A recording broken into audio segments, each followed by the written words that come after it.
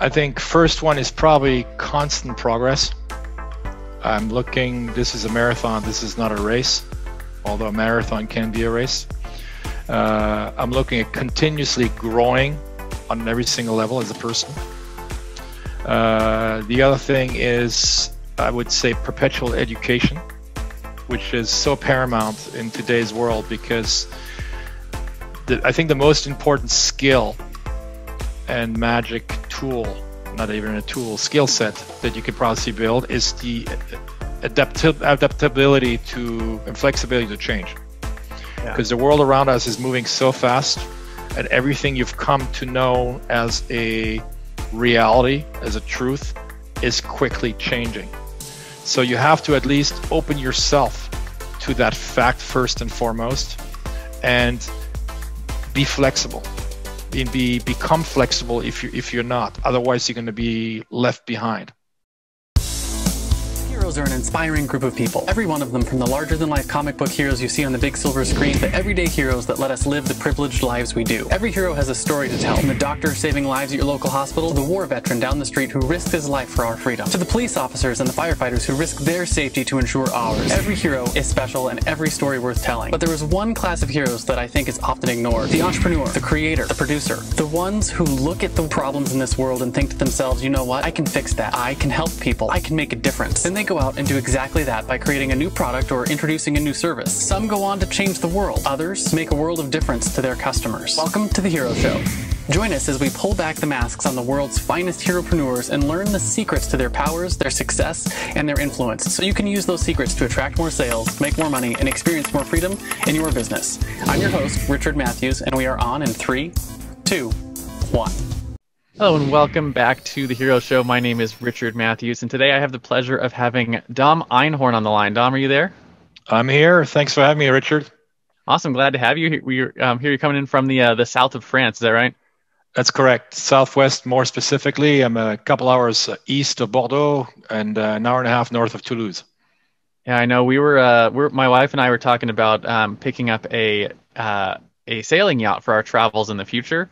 And I'm going to pronounce this incorrectly because I'm not French, but the manufacturer we're looking at has their factories in La Roche, I believe. La Rochelle? La Rochelle, there we go.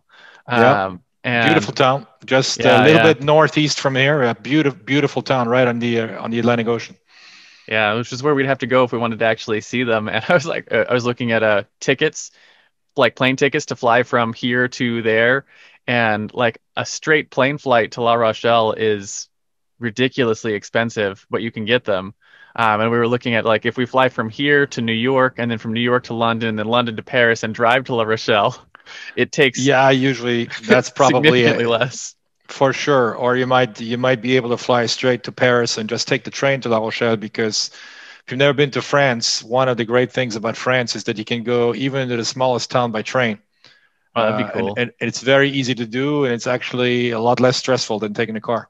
Yeah. And I was like, the drive from Paris to La Rochelle is only like 4 or 5 hours, or something like that. And I think like the layovers, if you're going from London to La Rochelle or whatever, is longer than the drive if you just flew straight to Paris. No doubt. Yeah. So, but I would recommend the train. Great experience. Everybody takes the train in France, so it's also very cheap. Unlike the US, we didn't have the battles between the Rockefellers and the JP Morgans. So we got a nice, again, you can get from point A to point B very efficiently, very cheaply by train. Yeah, I went to Thailand once and we got to take the overnight train from Bangkok to Chiang Mai. That was super cool. I think our kids would love it if we ever got a chance to go out there and do that. So anyways, for our audience that's been following us around in our travels, we're still in South Carolina for where we're going around here. And what I wanted to do before we dive in real quick, Dom, is just go through a brief introduction of who you are and what you've done so we can get in and start talking about your story. So Dom is a serial entrepreneur with multiple startups and exits under your belt. Created the first online art auction back in March of 1996, which was acquired by one of the largest auction sites in the world 5 months later. You then created Powerclick, which is a digital marketing agency that you had 500 plus clients that eventually got merged or acquired by a publicly traded company back in 2001 for an 8-figure exit for yourself. And today you advise and invest in a wide range of technology startups. So with that sort of brief introduction, Dom, why don't you tell us what it is that you are known for now, right? What's your business like? Who do you serve and what do you do for them? Sure. I spent the better part of my adult life in the US, on the West Coast in particular, in Los Angeles. And my wife and I, very much like you, decided to go into an RV. We decided to move away from a big city into a smaller town where you can actually live and breathe a little bit easier. So in a nutshell, we decided to leave Los Angeles, not to go to Paris, but we took a little step back. We spent roughly 8 months traveling through France, and we physically visited 54 small to mid towns in France. We made a private list and didn't have to look too far because the same town was number one on that private list. And that town is called Sarlat, Sarlat, in the southwest of France, for those of you who want to look it up. It's a medieval town of roughly 9,000 people in the winter and 2.5 million tourists in the summer. It's the 7th most visited town in France. If you walk downtown 200 yards behind me, it's like walking back in the 12th century. Nothing has changed. In fact, when they filmed the movie Joan of Arc, in town, the only thing that they did is they took out the cars. And early COVID, we had Matt Damon, Ben Affleck, and Ridley Scott here. And they filmed the new Disney movie called The Last Duel, which, depending on COVID restrictions, is about to hit the big screen in the US. But they spent a couple of months here as well because it's just, the area is known for its pristine beauty. Within a 25-mile radius, you have 1,001 castles. We have the highest density of castles anywhere in the world. But we came here, so, first and foremost, for a better quality of life. And lo and behold, 2 years later, it's roughly about 30 of us going on 50.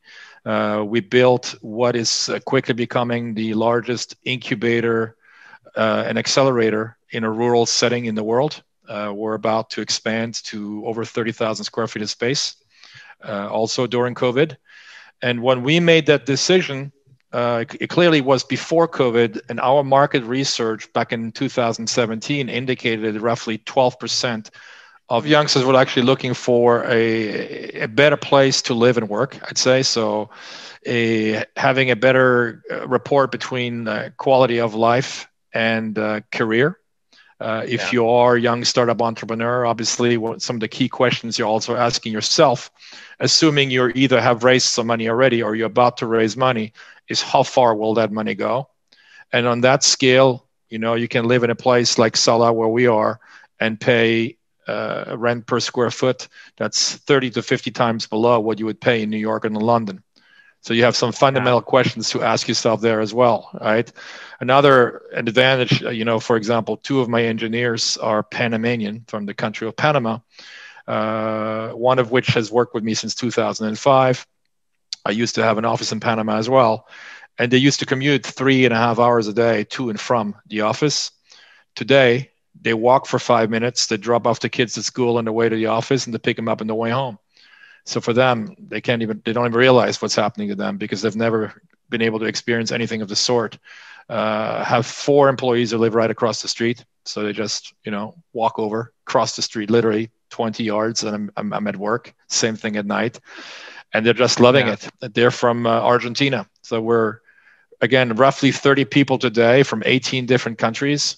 And strangely enough, which is rare for tech startups, we're predominantly female versus male. Not by design. No one had dictate diversity to us. It just happened by way of doing business. So what is it that you guys actually offer to the young startup entrepreneurs? You guys are a venture capitalist firm? We're not a VC firm, but we are seed stage investors. So I'm personally more of an angel investor. But the majority of what we provide are incubation and acceleration services for young technology startups. The easiest way to explain what an incubator does to the layman is you probably have heard of the incubator in a hospital.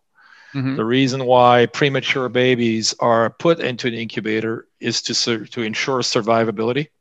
That's exactly what we do, because a startup at the onset, after the creation, that's when it's the most fragile. A lot of the startups need additional help, resources, and experience by way of accountants, attorneys, digital marketers, engineering talent, human resources, et cetera, et cetera.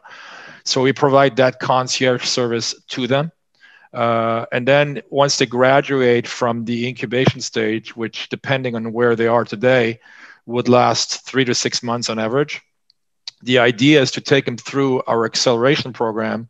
And that is purely meant to take something that, that's at the inception, that has an initial proof of concept, and make it scalable by way of acquisition, customer acquisition, marketing, and sales. And that's really where we're strongest. So in that sense, we've taken, for example, some digital first businesses like mobile apps from a few thousand downloads to 1.5, 2 million downloads. Interesting. So what kind of what kind of companies are you interested in working with? Our core focus is on pure tech plays in AI, AR, VR, fintech, digital media, slowly starting to dabble into agri-tech because we are in a rural area. There's a lot of that talent. When I say agri-tech / food tech, right? Anything that relates to wasting less food, being able to, grow crops sometimes in a confined environments, or, vertical agriculture concepts, things of that nature, we're also starting to dabble into. Although our forte, our history is primarily in the digital media space. And the digital media space right now, you cannot be in that space without touching on AR, VR, because it's being deeply disrupted by augmented reality and virtual reality, among others. And then you have this trifecta of 3 technologies slowly becoming one: 5G, AR, VR, and AI, right? I don't think that 3 years from now, we're going to be delineating between those technologies the same way when I started in this space. The internet was called the information superhighway. We're no longer using that term today. The internet didn't exist. And you already see, obviously, some terms that are coming to the forefront, like XR, extended reality, which kind of like encapsulate those 3 technologies and taking them for granted as one. So for the layman who might be watching, can you do a very brief, like, what is 5G, what is, VR, AR, and what is the AI? Just like real briefly. Yeah, I think probably the easiest way to explain what's happening is by giving your listeners an idea of what is about to happen. Okay. And how we are about to be disrupted as human beings. Within the next 3, 5, 10, 15 years at the most, there will come a time where we as human beings have to ask ourselves some fundamental questions. The most important of which is, do we want to be augmented or not? Yeah. What's happening very quickly is this concept of singularity, where human biology and technology are quickly merging and becoming one. At some point in the near future, I know this sounds scary for many. At the same time, once you actually see some early iterations, it's also life-saving. Like any technology, it's a double-edged sword. It can save us and it can kill us depending on how we use it. Yeah. But I think what you'll see very rapidly over the next few years is that we will be asked to make that decision as humans. Do we want to remain purely biological, or do we agree to be enhanced? For those of you who wear a pacemaker today, you're already wearing technology. You're already wearing a certain degree of AI inside of you, right? And sometimes that's a life-saving, provides a life-saving benefit. But some challenges that we'll have to face, for example, if you look at Netflix, which is obviously a lot of you know Netflix, is Netflix in the lab and other companies at the same time are working on full immersion entertainment, which basically will allow us humans to become a character in the plot. Wow. And that plot is not predefined. It will evolve depending on our interaction with the characters at play. So that's where you get into like full-on VR, AR, and AI all talking to each other at once. That's 100% right. So basically, I'm trying to explain to you by way of example of the technology, the applicability of the technology, and the progress that it will bring about. Yeah, and 5G is what brings the speed to make that ability happen. Correct. AR and VR, right? Obviously, AR enhances existing reality. VR allows you to actually participate in an imaginary world. And what's been holding both of these technologies back, in particular VR, are bandwidth issues, which we are resolving today. Whereas the AI component is purely the algorithm that tells the technology what it is supposed to be doing, right? Depending on where we apply it towards. Are we applying it towards the field of entertainment, towards the field of medicine, towards the field of sports? So for example, we're in the pre-incubation stage today with a company called Ochy, that's OCHY, French company, husband and wife, former pro athletes, and they decided to launch an AI-empowered platform that allows an athlete to upload a video of themselves running, and the AI analyzes all of the connecting points, the posture of the head, the shoulders, the knees, etc., to do two things. Number one, enhance the performance, and number two, significantly reduce the risk of injury. So you'll see a lot of these technologies and a lot of these applications coming to market that will significantly enhance the way we live. In particular, having ramifications in the field of medicine. What we'll see in the field of medicine over the next 5 years, the term that we use internally is health tech, which is short for health technologies. You've heard of ed tech, educational technologies. The ability to learn will be vastly enhanced. So going back to the AR example, if you show little Amy a book, a flat book with dinosaurs, well, all kids are interested by dinosaurs for some reason, right? So she's going to pay attention. But we've done this test, with kids.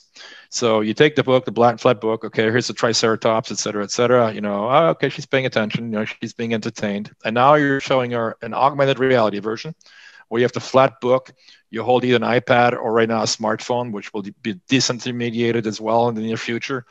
And now all of a sudden, the Triceratops jumps off the page and goes, "Hey, Amy, how are you today? My name is Triceratops. Let me tell you a little bit more about myself." Well, you'll see that reaction of that kid, right? Yeah, blow their minds. Mind-blowing. Full engagement, which is obviously what's missing in today's educational system, where we have the talking heads. We all grew up with the talking heads, with us. We're falling asleep because the teacher is boring, right? Here, you decide what's engaging for you. And because you are engaged, your ability to learn is multiplied manyfold. And that child will never go back to what was before. Yeah. You probably all remember, a lot of you probably remember, myself included, how reticent we were at first when the first Kindles came along. I want to hold a physical book, right? Yeah. Well, to a certain degree, I still like to hold one occasionally, but more and more, I started using, the electronic version of the book. 10,000 books in your hand. I remember the times, not too far away, I would say 10 years ago, 15 years ago at the most, where I would travel and one of my luggages was full of books because I had to go somewhere. I had to do research papers. I had to present, et cetera, et cetera. And I was paying $50 for the extra luggage every single time for the airline, right? Today, that would look absolutely absurd if I did that. I can just have one Kindle with an endless amount of books on it, or whatever device you want to use, your Kobo or whatever it is. So what's fascinating to me is like we've seen a lot of what you're talking about being talked about in major motion pictures over the last couple of years. I know Alita Battle Angel. They talked a lot about the enhancing the human body. With that whole movie is about basically adding bionic pieces to human bodies. And the Ready Player One was all virtual reality like life. And I know that I've been looking in the last couple of weeks into some of the crypto blockchain currencies or assets that are specifically designed as non-fungible assets, so that digital representations of things can be moved the same way that physical assets can, and only exist in one place. So it looks like there's a lot of stuff that's really lining up to make some of these realities you're talking about happen sooner rather than later. No question about it. I mean, decentralized finance obviously is growing exponentially in parallel with some of these technologies. Yeah. Because I would actually look at at decentralized finance almost like an augmented reality version of money. Yeah, right? Absolutely. What does money look once we actually take it to the next level? Once we actually remove the friction points and we allow money to move more freely. In that sense, we're working with a startup called Earth Tones that's about, in my opinion at least, and obviously in the founders as well, to significantly disrupt the music industry, specifically for independent record labels and independent artists who have historically faced a mountain of obstacles when it came to actually negotiating contracts. Now they have smart contracts, blockchain empowered, been able to get paid a fair share for their creative work instead of the record labels taking 95 to 97% of the share without necessarily giving them much in return, when they're actually relying on the creator to come with the clients and with the cohort of as an influencer and bring those to the market themselves. So those are some fundamental changes that we'll see. I think we shouldn't be looking at these individual technologies as separate, because they form part of a holistic whole in such a way where one basically complements the other. Where if you, for example, start interacting and engaging with augmented content, which very quickly we'll do within the next 6 to 18 months, it makes perfect sense that your credit card that just expired shouldn't decline because you actually tried to play an augmented game, for example, right? Mm-hmm. That's a friction point that can be removed in the process that has no point of being there in the first place. Decentralized finance for me is absolutely going to explode because it's built upon trust first and foremost. Yeah. So a lot of people, you can love or hate Bitcoin or any other cryptocurrency. I'm kind of neutral when I look at them. It's going to change the world either way. Yeah, I'm not a lover. I'm not a hater. But the reason why it's worth $30,000, $40,000 any given day, there's a reason for that. There's a lot of big money moving into it. A lot of smart people smartening up to the concept that also were somewhat reticent in the beginning. But I think what it will produce is a leap of creativity, a leap in efficiency. And I think that COVID, if there is a silver lining to the COVID situation, I think it is actually accelerating the pace as a result of us humans not having a choice but to embrace those technologies. Yeah. I have older friends, older clients in their 60s, 70s, and 80s, my parents included in their 80s, who would have never touched Zoom, Gmeet, Microsoft Teams, or whatever your favorite flavor is, had it not been for COVID. Right? Yeah. That's one thing. The second thing is if the crisis had lasted only a month or two, we would have snapped right back because we're creatures of habit. But as a result, the crisis lasting for so long, for a prolonged period of time that's now touching upon a year, soon longer, we've actually had to rewire our brains. We've actually had to create new habits. And it's a habit of efficiency that will carry along for the rest of our lives, including for the older generation. There are literally billions of people, that before COVID happened had never touched a video conference before, that today use them every single day. I cannot tell you how many times, Richard, I have clients, older clients, that tell me I used to fly from New York to LA twice a month to meet my friends, my clients, et cetera, et cetera. I'll never do that again.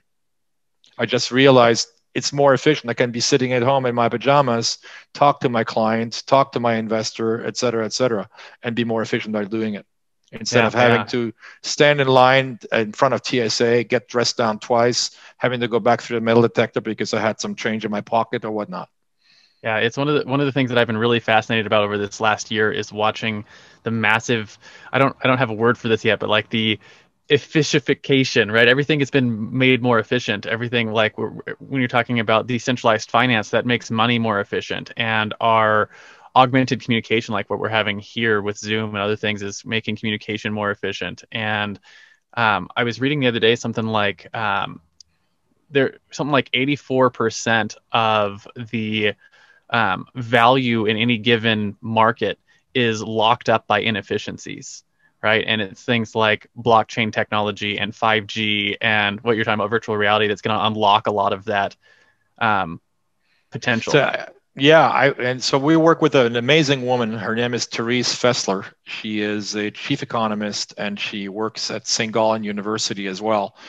And she has her own startup called invested.ch. And basically what she has proven, and what basically her life passion is she wants to resolve global wealth inequality by inclusion into the markets. Because as you know, 20% of the people in this world hold 100% of the equities. So you have 80% of non-stockholders, right? And they all are currently not holding a share of anything, and they cannot participate in what's been proven as the #1 wealth creator in this world. So her lifelong mission is to actually solve global wealth inequality by way of inclusion in the capital markets and making it easier and systematic for people to become shareholders in promising companies. Awesome. That's really cool. So I know this is fascinating to talk about all this technology stuff, but I want to go back a little bit and talk a little bit about your origin story and how you got into entrepreneurship in the first place, right? We talk on this show about your origin story. Every good comic book hero has an origin story. It's the thing that made them into the hero they are today. Right, I want to hear that story. Were you born a hero? Were you bit by a radioactive spider that made you want to start your first auction company? Or did you how did that go for you? How did that transition from your early career into becoming an entrepreneur where you are today? How did that happen? Yeah, I definitely think I wasn't born with it. I was born in a lower middle class family. My father was a railway employee. My mom was an amazing pastry chef. Thank God for that. It still is today. And but I did have a very early action figure mentor, my maternal grandmother. So maternal grandmother was a World War II resistant, and I looked up to her as a kid. I spent a lot of time with her because I had 2 older siblings, 5 and 6 years older. So for me, that was at an early age, it was almost like a separate generation, different generation. Mm-hmm. And I had this amazing time with my grandmother while my parents were working, and I spent a ton of time with her.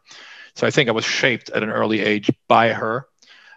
So she built the grit, the resilience, the discipline in me, telling me her stories, her war stories, which still stick with me now, almost 50 years later. And then she also taught me how to read. And as a result of that, I read very early. I'd say probably I was 3 years old when I started reading. 4 or 5, I was becoming a voracious reader, and I discovered Jules Verne for the Americans. I discovered one of the first books I read was 20,000 Leagues Under the Sea, A Voyage to the Center of the Universe, Rocket to the Moon. I'm probably badly translating them in English right now because I read them in French. And I realized this is amazing. I mean, talk about action figures. I realized at an early age that you could do anything, because here's a guy that 150 years ago described the trip to the moon and actually drew the blueprints of what the rocket ship would look like that will go to the moon in his books, right? So that's like Nostradamus exponential 20, right? That's the way I looked at it.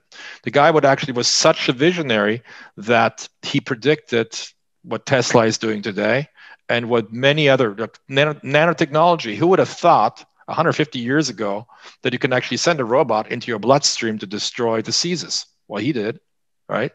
So I think as an entrepreneur, I was very early on, I had this, my mind works in a binary way, where on one side I had this maternal grandmother as a very strong mentor. On the other side, I realized that if you set your mind to something, you could achieve anything, right? As long as you have that discipline, that grit, and that resilience. So I grew up in a household where we also spoke multiple languages at the dinner table about the same topic, addressing each person in a different language, but about the same topic. So you speak to your aunt in French, you turn to your grandmother in German or in Alsatian, and you continue on the same topic. And I think the multitasking has stuck with me because today I can have 27 windows open. I know where everything is. But overall, I would probably credit these two elements in terms of shaping, who I am. And it's interesting because those two elements took place 45, 50 years ago. And I'm not so much different today than when I was 5 years old. I know I have some of the same kind of things. It was books that really set me on my path too. And it, when I was a kid, it was like the Robert Kiyosaki, Rich Dad, Poor Dad books. And when I got older, I started getting more into like sci-fi novels and stuff like that. And I remember the first time I read, Ender's Game by Orson Scott Card. He wrote that in 1976 or 78. And like when you read through that story, he's got a whole bunch of things about these things that they called desks. And then the desks were used to interact with the net, and the net had these things where each individual person had an address. And like he was talking 10 or 15 years before it happened about tablets and internet and email addresses.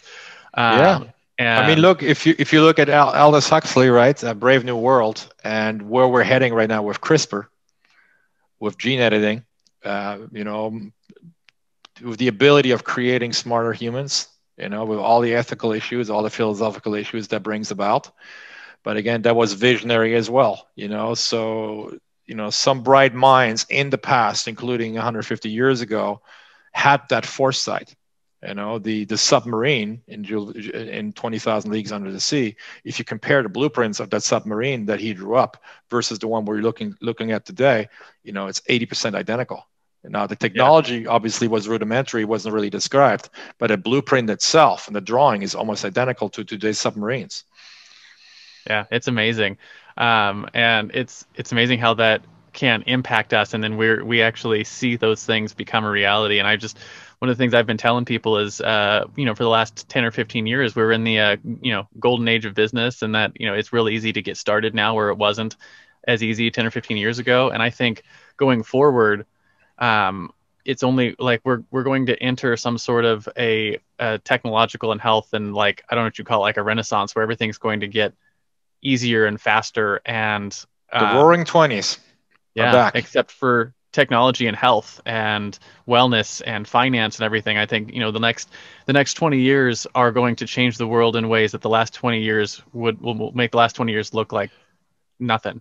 Yeah, so I think a big mistake that people do, and that's how our minds were constructed, is we tend to think on a linear scale. And progress, especially technological progress, doesn't happen on a linear scale, but on a logarithmic scale, right? So basically, think of a snowball that goes, rolls down the mountain. It's getting bigger and bigger and bigger, and there's no way of stopping it. That's exactly what we're experiencing today. But to your point of it being so much easier to create a business today than 25 years ago, well, I'm living proof of that. Because if I think back in the 90s, I remember in March, I came across my bill from my storage room not too long ago. In March of 1998, my monthly bandwidth bill was $8,000 US. And I used 800 times bandwidth than I use today. So you can see what happened on that front, right? When I first moved to the US, a long distance call would still call $1.50 per minute, right? Then it became, I remember it was a revolution when it fell below $1 a minute. Then it was a second revolution when it fell below 50 cents a minute. Eventually it was 10 cents all you can talk per minute. And then eventually became free, right? Yeah, and now we can video chat live over the Atlantic like it's not even a... And people take that for granted, right? Because you don't necessarily have that hindsight to know where you're coming from. So for example, we're looking at these devices, smartphones I'm holding in my hand here.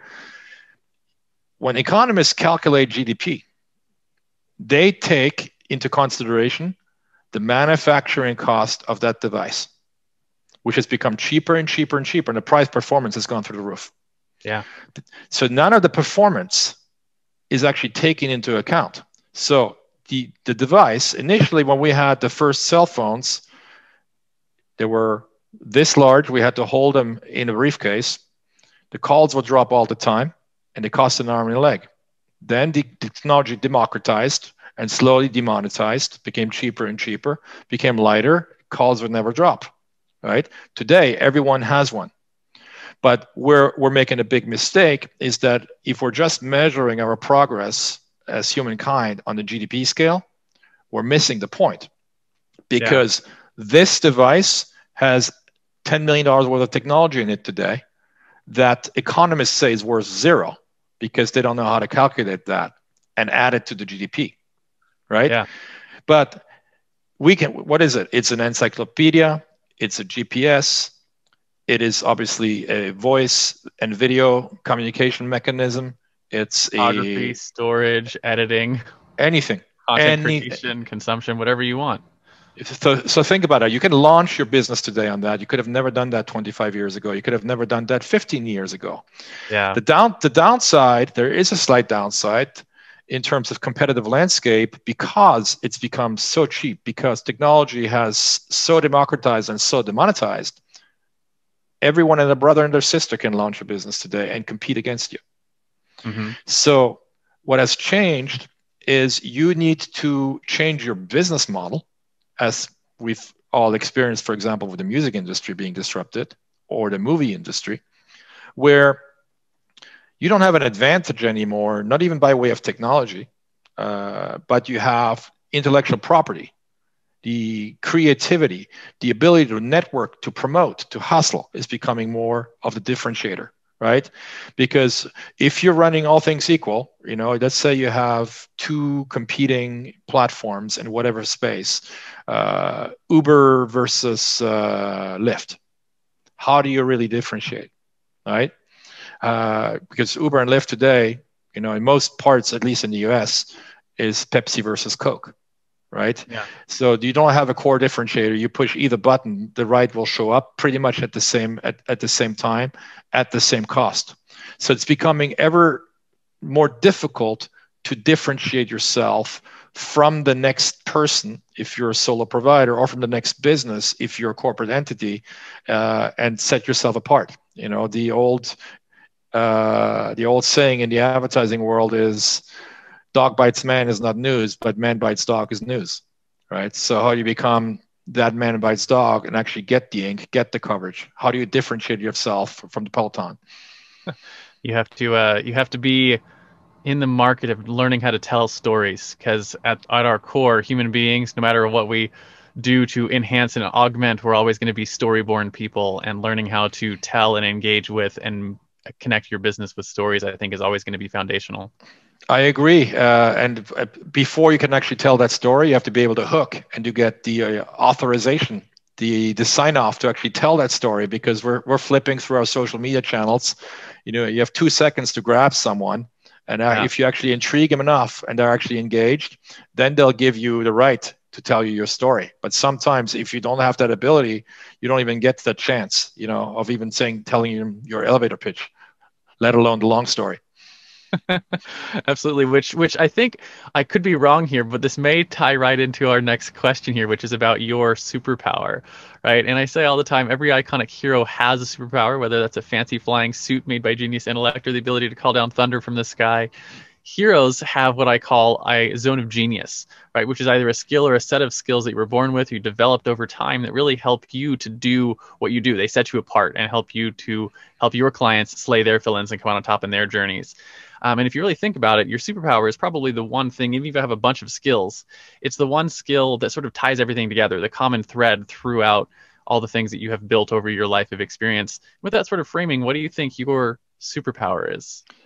Well, number one, I don't know if I really have one, but if I do have one, I certainly wasn't born with it. I don't think I was born with any superpowers. I don't think most of us are born with superpowers, but we do develop them if we actually hone a specific skill. And if we get, like people like Malcolm Gladwell in The Outliers says, 20,000 or 40,000 hours of practice. I think 25 years into my career, professional career, what I've developed is the ability of connecting startups with investors and of understanding where they both come from, because I started out as a startup entrepreneur, and I've slowly morphed into an angel investor over the course of those years.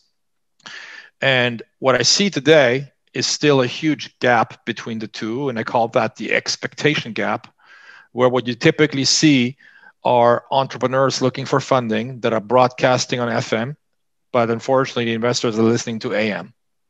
There's a total breakdown in communication. So case in point, in 1993, 1994, I was pitching my first investor, and I was very excited because the gentleman had sought me out, and I presented him my digital marketing project, and I went on for 15, 20 minutes, and I see his eyes glaze over. Clearly I was losing him. So I thought maybe it was time for me to be quiet and let him speak, which I did.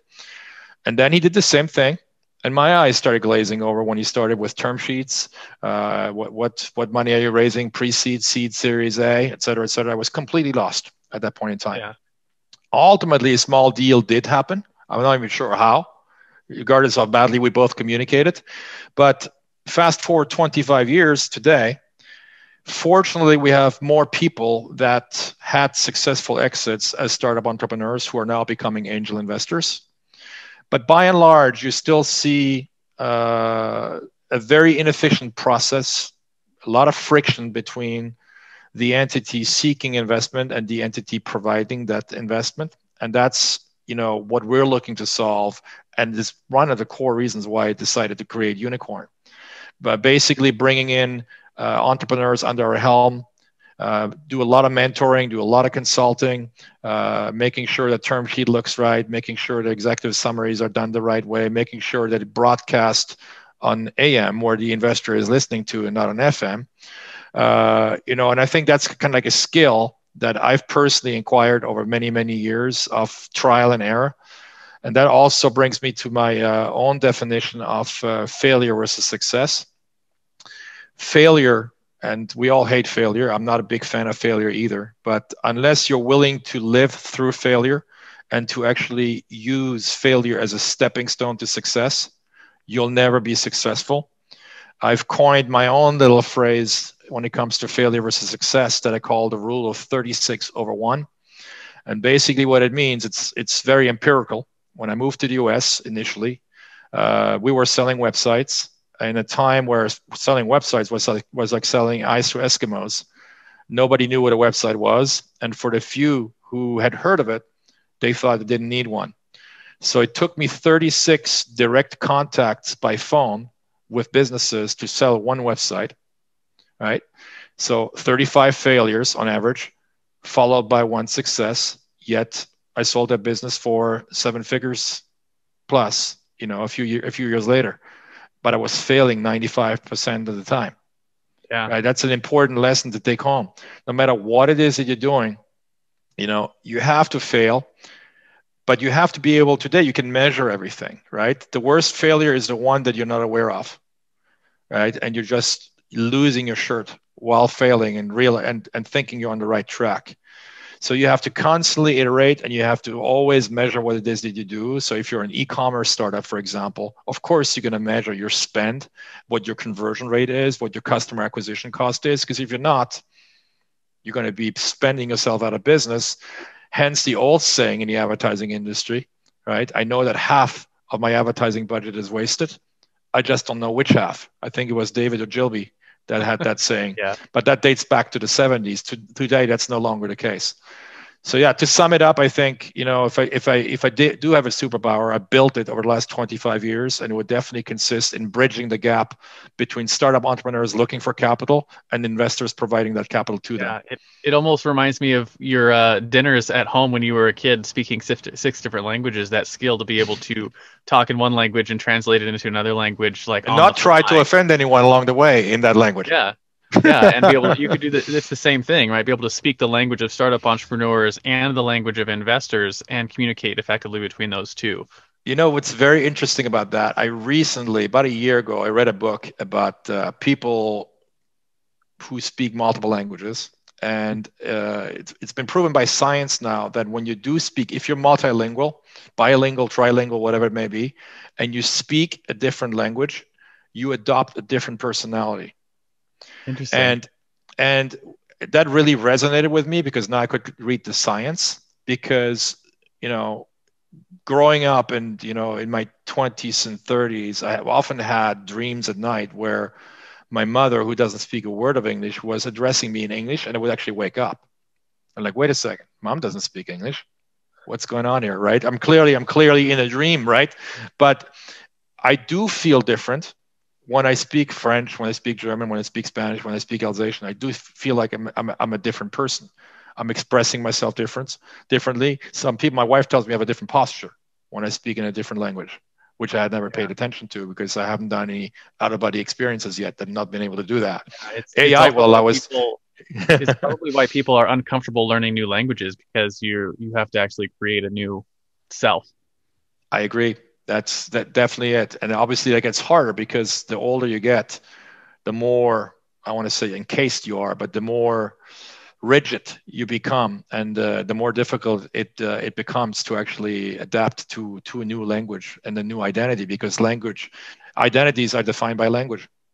Yeah. I tell people all the time that that your thoughts, your ability to think, is determined by your understanding of your language.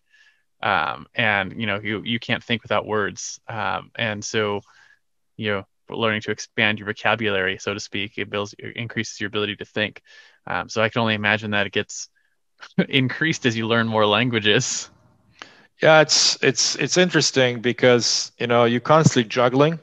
So I mean, fortunately, because I'm practicing most all of them on a regular basis, and it helps clearly being in a situation where we have 18 different nationalities represented here in our office, right? So I'm constantly during the day speaking multiple languages, so that helps. But I would definitely look at that as a blessing. And for all of you who have young children, you can look this up too. What science has recently proven is that you should, if you have a multilingual household, and let's say parents speak one language each or two languages each, you should always address the child in your native language and not deviate from that within the first 6 years of the child. So let's assume you're a household where the father speaks English, the mother speaks Spanish. The father should only speak English for 6 years straight to that child. The mother should only speak Spanish. If a grandmother is around who speaks yet another language, she should only speak that third language and not deviate, because the child creates an emotional bond based on language with that person.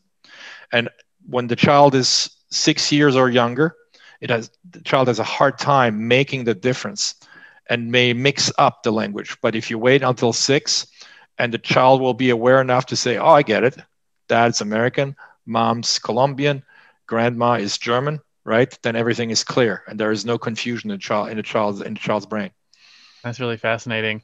I know my wife is multilingual, but I'm not. And so she speaks a couple of different languages, and I know she'll talk about certain things in different languages with the kids, but it's never like a constant thing. But I know like my son picked up sign language really, really well when he was young. He spoke like 200 or 300 words in sign language before he was 2 years old.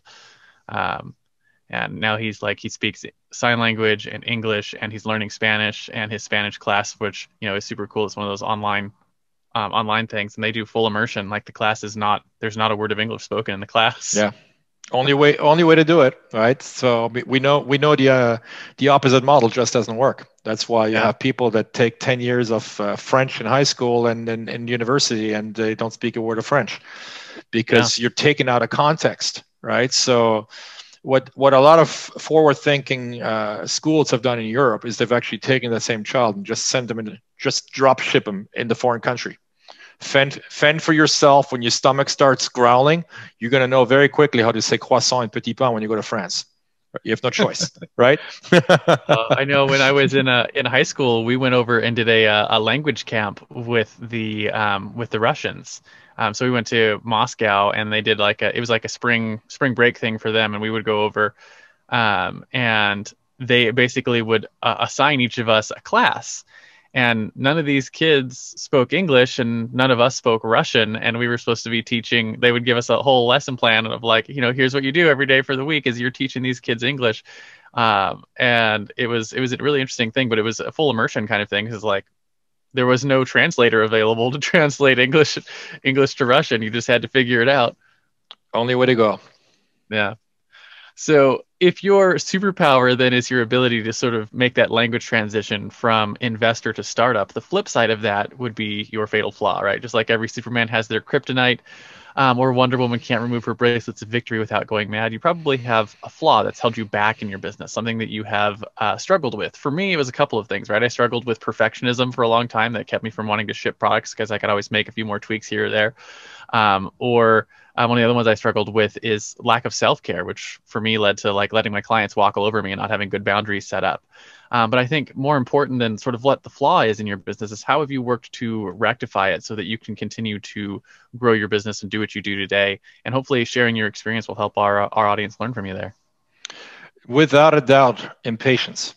That's always been my biggest flaw. Still to a certain extent is today. I've worked very, very hard on becoming a more patient person. It's still a very heavy kryptonite. What I've done instead, I've surrounded myself with people who have that skill, right? That instead of me jumping in and being maybe too harsh with certain people, too impatient and being too abrasive, which is what I have a tendency of being with certain people in certain circumstances, I built filters between myself and those people, with people who are more efficient than I am. And what it taught me, because I have that flaw, is to realize that I may have many more flaws and that my team has many more flaws. And that as a result, what I've learned over the years is to build a team consisting of specialists and not generalists. What I usually say that, look, if you're a startup entrepreneur or if you're venturing out to do something with real impact, a nonprofit organization that has the potential of feeding a million people, or reforestation projects, you want to have a real impact on the world, you need a team. You have to quickly learn to think beyond yourself. You have to, in a certain sense, you have to come to the realization that, that flaw that you may have, yes, you may be able to improve it. In my case, incrementally, and be able to live with it. But tell yourself that should not hurt the team as a whole. The last piece I need on my puzzle is another me. If I have a gaping hole left and right, so I need to fill that puzzle with pieces that neatly interlock and they get along with each other, and that's what I'm working on every day.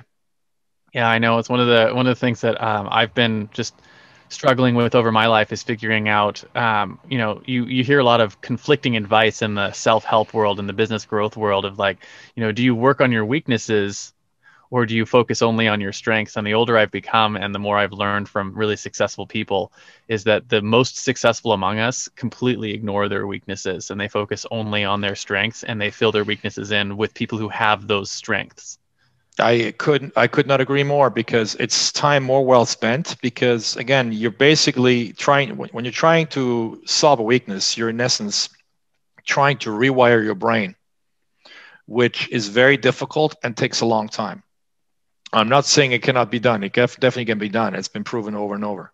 But if you have a lobe in your brain that's already extremely developed, it's easier to further expand that lobe. Right? So let's say you're a great musician and you're a horrible business person, right? It's probably my brother. I'm the opposite of him, right? Yeah. I'm a horrible musician, but it's interesting, and we're siblings, right?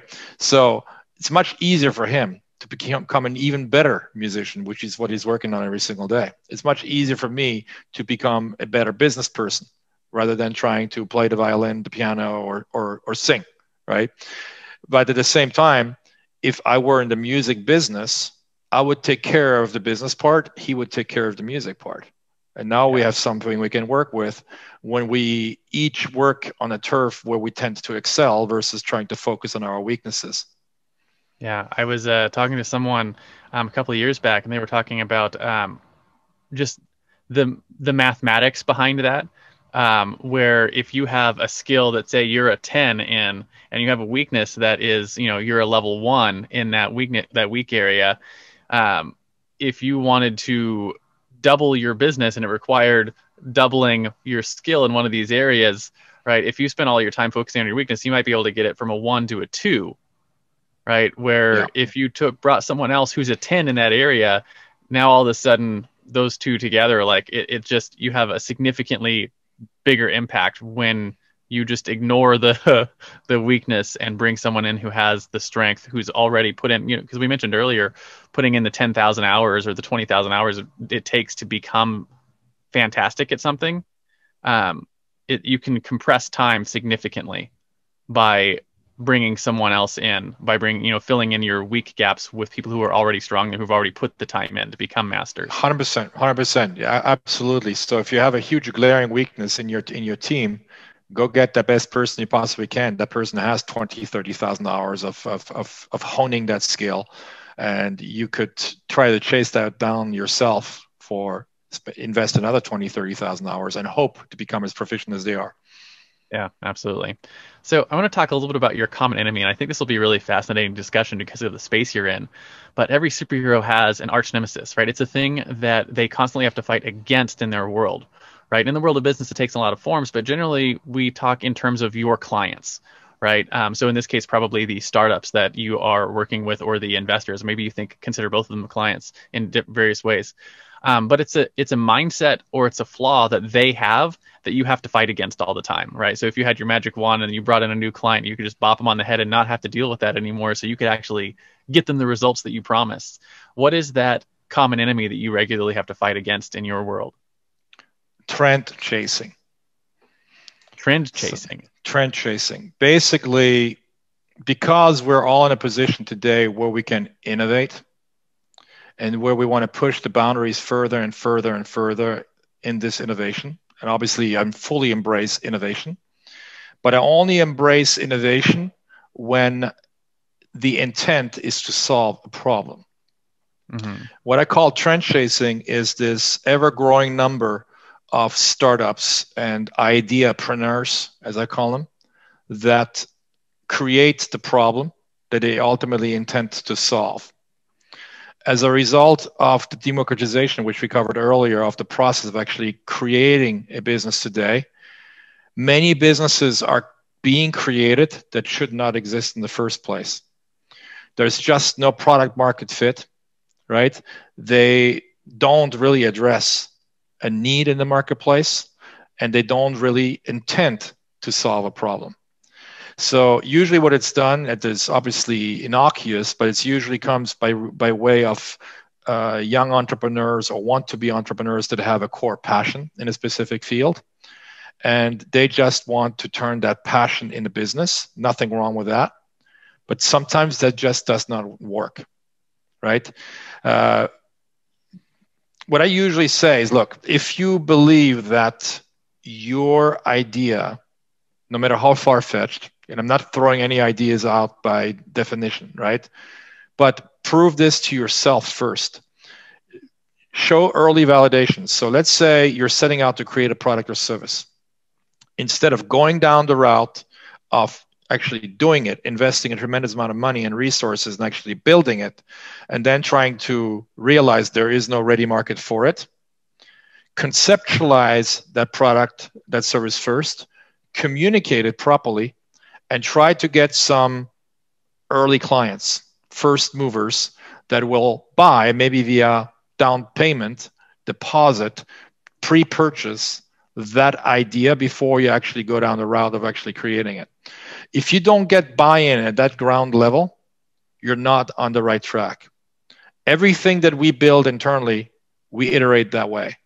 We come up with the ideas, constant iteration, et cetera, and then we say, we believe that this is a service we should create. Here's the reason why.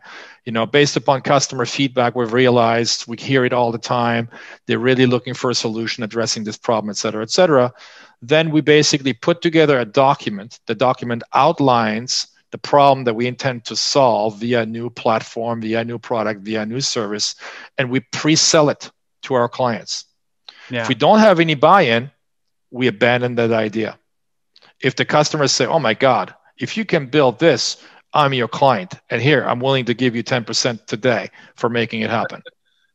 You know, you'd be surprised as to how few startups actually do that. Almost none. They all go in head first, sometimes on a questionable idea. And idea is obviously a dime a dozen today, without any real validation as to product market fit. Yeah, it actually makes me feel good about my newest agency that I've been building over the last couple of about a year and a half or so. The way that I built that agency was I had all of my existing clients in a spot, and one of the problems we were running into, I was like, hey, I need to solve this problem for our clients, and I went to a couple of my clients. I was like, hey, I have an idea for a service that I think can solve this problem, and I was like, I want to build it, but I need to be able to pay for labor costs and need to be able to pay for the other stuff to actually build it. So I had a whole idea of like, here's how much I think it's going to cost, and here's what I think we can do with it, and here's how it'll go. And I got 2 or 3 clients to buy in, and actually it just break even for me, where it was like I could just build the service with them, and spent the next year building everything we needed to build, and got all the feedback on where it worked and where it didn't, and how we could fix it and how we could move it forward. But they all bought in and paid for the service monthly and really enjoyed what we were doing and got a lot of feedback for it and helped us grow our agency to where it is now. There you go. That's exactly how it should be done. Yeah. So anyways, I feel good knowing someone like you who does this for a living is saying that's how it should be done, because I was just going from the seat of my pants at that point. That's a good seat of pants you got right there, young man.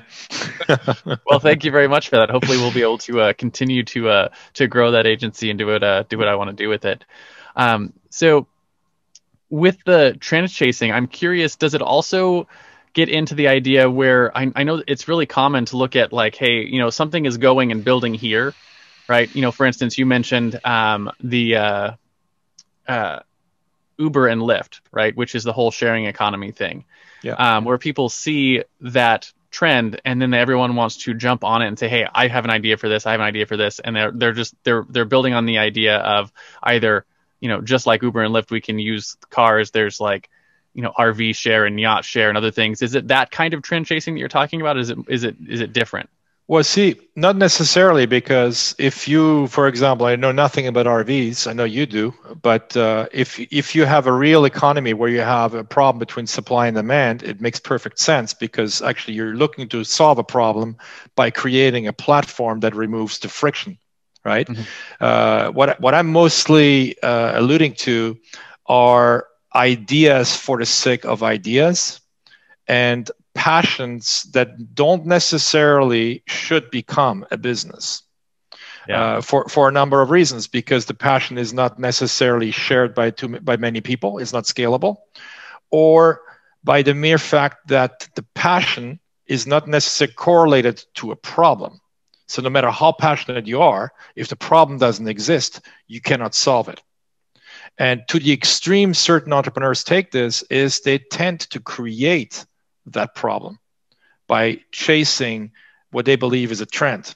What in fact you should be doing is what you just described a little bit earlier.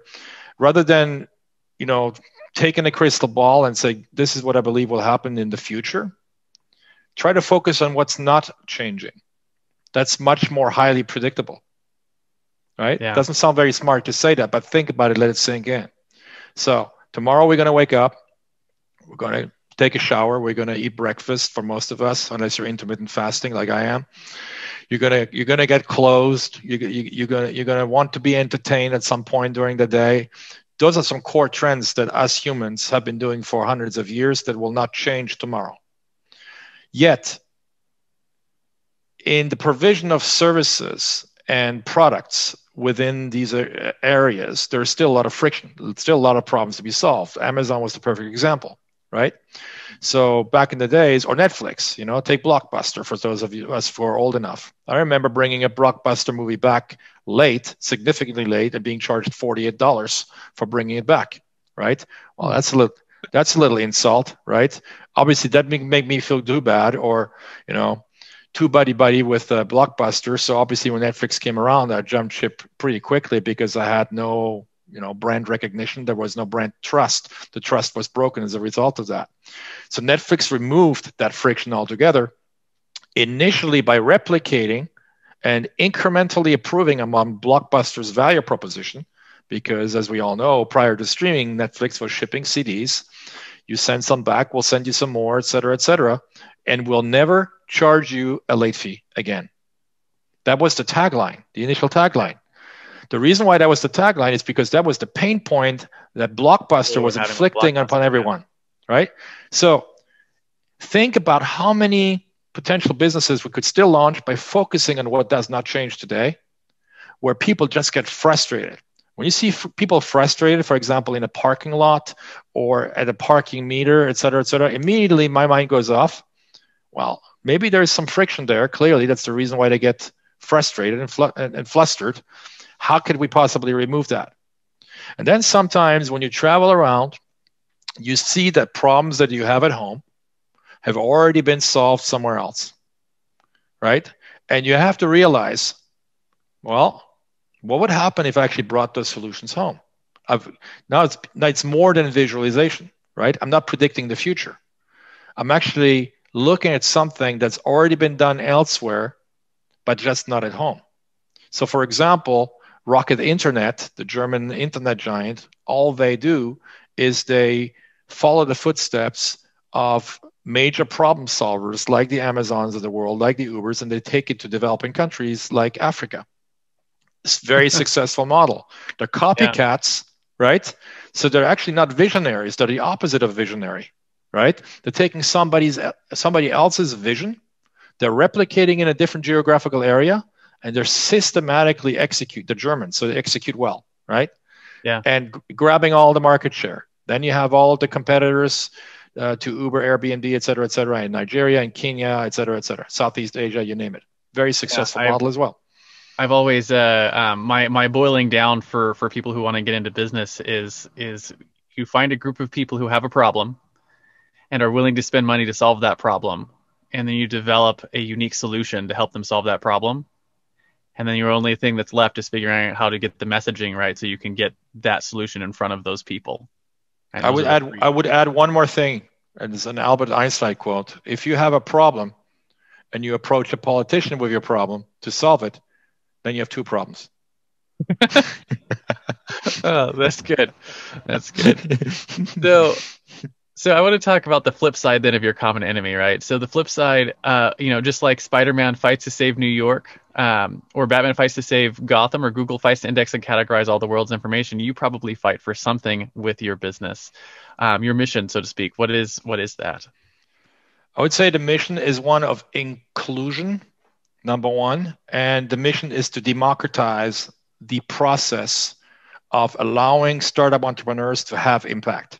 That's really what drives me most, because I see so many younger and older entrepreneurs with great early stage business models, products or services that don't know how to bring them to market, for example.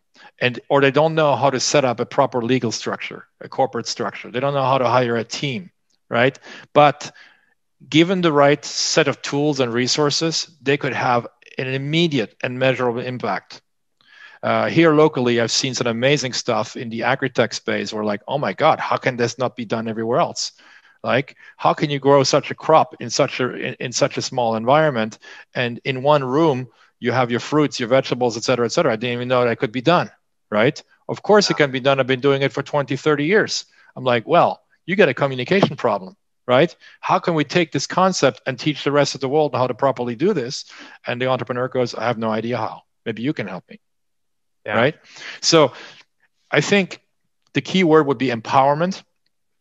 And the way we intend to empower these people, these entrepreneurs, is by giving them the right ecosystem in which to thrive, and by putting at their disposal a full team that they would not know how to assemble themselves. So now you have any question, for example, if you have a great product or service and your logo sucks, you're not going to go very far, because that's the first thing people see about you, and they don't look beyond, unfortunately, right? You're like, oh, that looks pretty amateurish. I'm probably not going to ingest that product, right?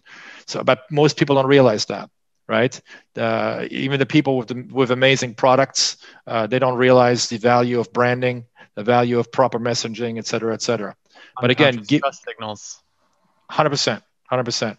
But giving the right environment in which they could thrive, the light bulb goes off. We see this instantly. You bring people in, you bring different people around the table with other skill sets, designers, engineers, marketers, salespeople, et cetera, et cetera. They all throw their opinion into the hat, and very quickly you see the eyes light up of the entrepreneur. Oh my God, I get it now. So I see what I can do.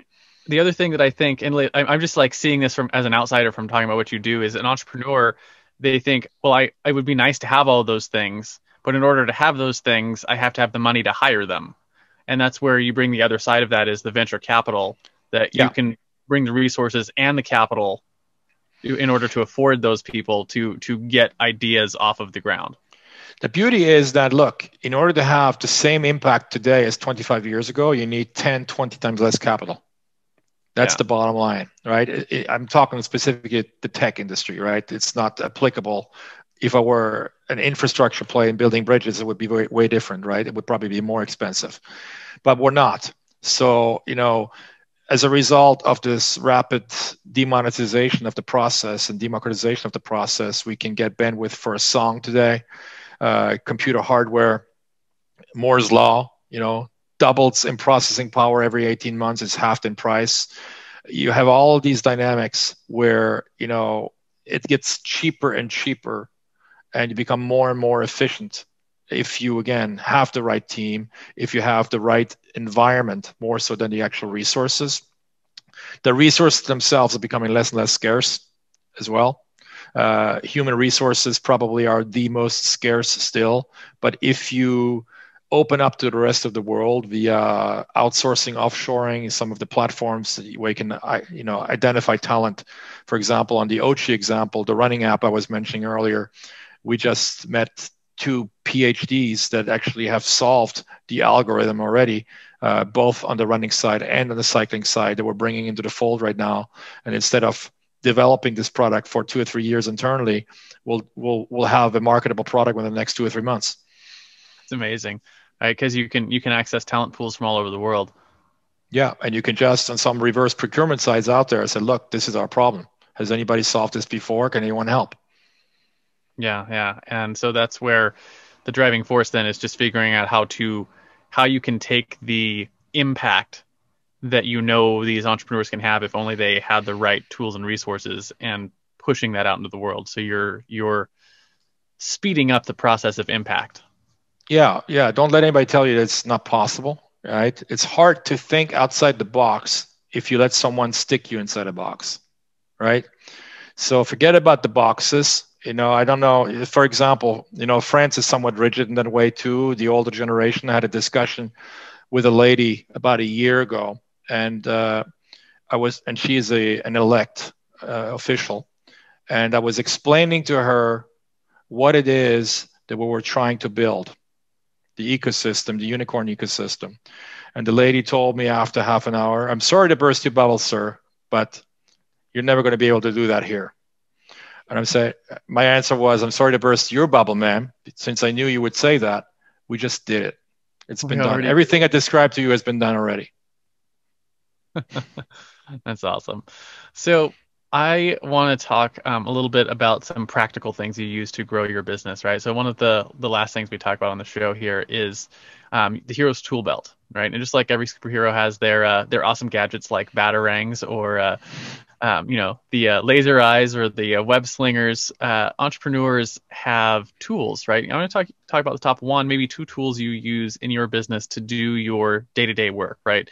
Could be anything from your notepad to your calendar, to your marketing tools, to something you use for product delivery, something you're like, we just couldn't do what we do today without this practical tool. So I use a number of them. I'm somewhat between a low-tech and a high-tech person. I'm probably a mid-tech person. And by saying that, what I mean is that I don't use technology for the sake of using technology. I use technology for the sake of making me more efficient. So for example, for anything that's CRM contact management, we use Monday.com. which we've been using extensively for a while now. We still use Basecamp for general project management and to keep everybody in the loop very efficiently. And then I use WhatsApp for web feverishly throughout the day, because it allows me to quickly create groups of people, share links, share docs, etc., get instant feedback, measure the feedback, and incorporate that. I think in terms of overall productivity hack, for me personally, I'm not saying this is for everyone, but for me personally, in terms of managing my team, quickly dispatching tasks, looking for updates on certain projects, WhatsApp for web and WhatsApp on mobile as well. But when I'm on my PC, it's probably the biggest productivity hack I've used in a long time. Then I've also slowly started moving away from Zoom, not because of the issues that the media is talking about, but purely efficiency, because the 5 to 10 seconds it takes to load, Gmeets pops right in my face. I have it right instant. I can grab a quick link faster. I can share it with WhatsApp on WhatsApp as well.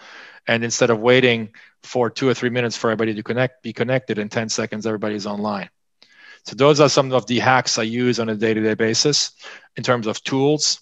I think the rest are just more mind hacks that I use. I always ask myself one fundamental question before I go to sleep every night, and the answer to it is not always yes, is what have I achieved today, and how much further did it get me along the process of where I want to be or who I want to become?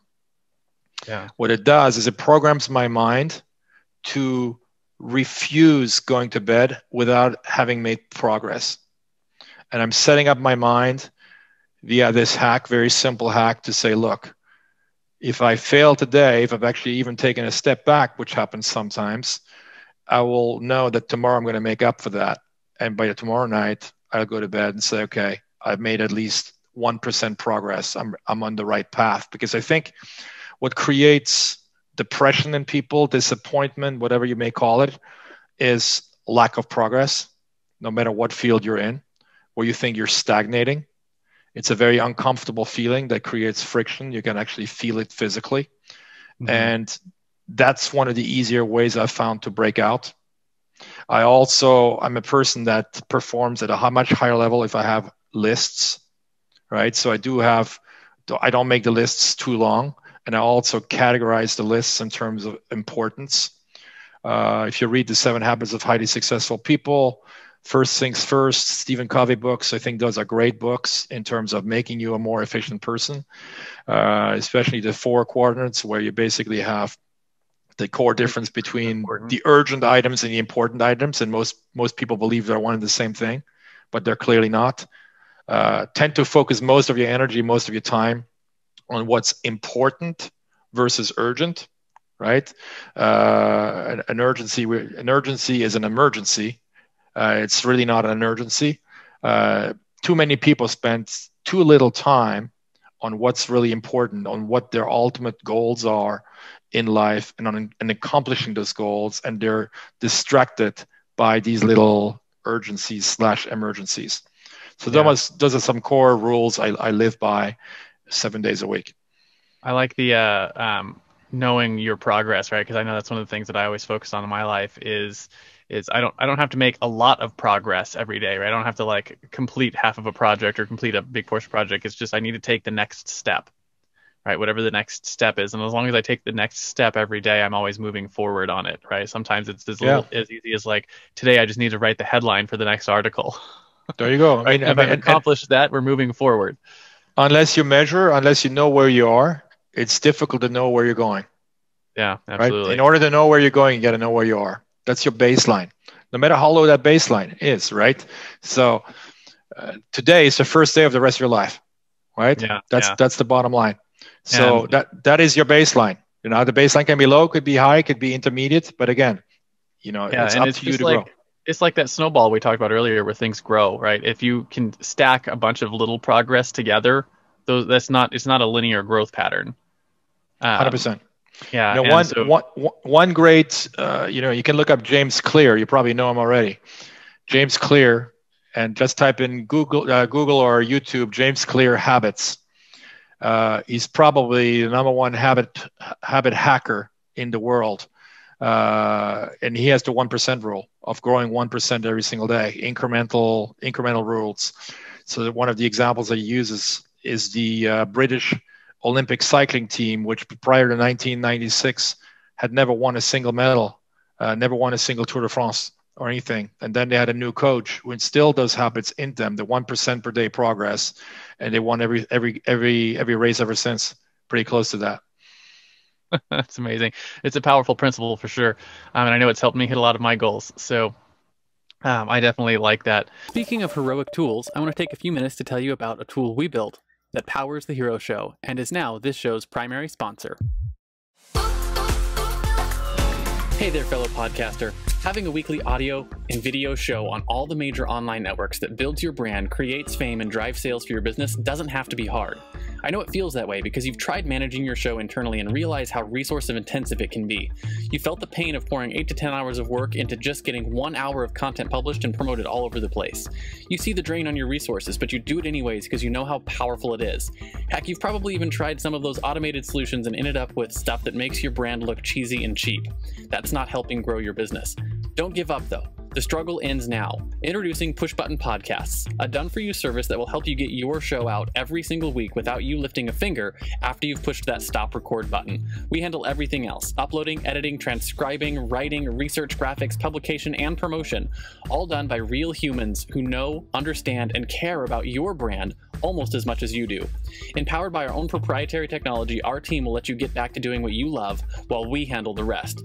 Check us out at pushbuttonpodcast.com/hero for 10% off the lifetime of your service with us, and see the power of having an audio and video podcast growing and driving micro celebrity status and business in your niche without you having to lift more than a finger to push that stop record button. Again, that's pushbuttonpodcast.com/hero. See you there. You're listening to The Hero Show, unlocking the power of influence and success. So speaking of principles, one of the things that makes heroes heroic is that they live by a code, right? For example, Batman never kills his enemies. He only ever puts them in Arkham Asylum. So as we wrap up this interview, I want to talk about the top 1 or 2 principles that you live your life by, right? Maybe a principle you wish you knew when you first started out on your own hero's journey all those years ago. I think first one is probably constant progress. This is a marathon. This is not a race, although a marathon can be a race. I'm looking at continuously growing on every single level as a person. The other thing is, I would say, perpetual education, which is so paramount in today's world, because I think the most important skill and magic tool, not even a tool, skill set that you could probably build is the adaptability to and flexibility to change. Because the world around us is moving so fast, and everything you've come to know as a reality, as a truth, is quickly changing. So you have to at least open yourself to that fact first and foremost, and be flexible. Become flexible if you're not. Otherwise, you're going to be left behind. Right? The capacity to change is probably the number one predictor of your success in the future. Right? Yeah. Technology is disrupting everything, as we know. Technology will eventually disrupt the human race to a certain extent, at least the way we know this human race today. And that's why I'm also a strong believer in the merger of biology and technology. If we don't embrace that merger, which is imminent, we will be left behind as humankind.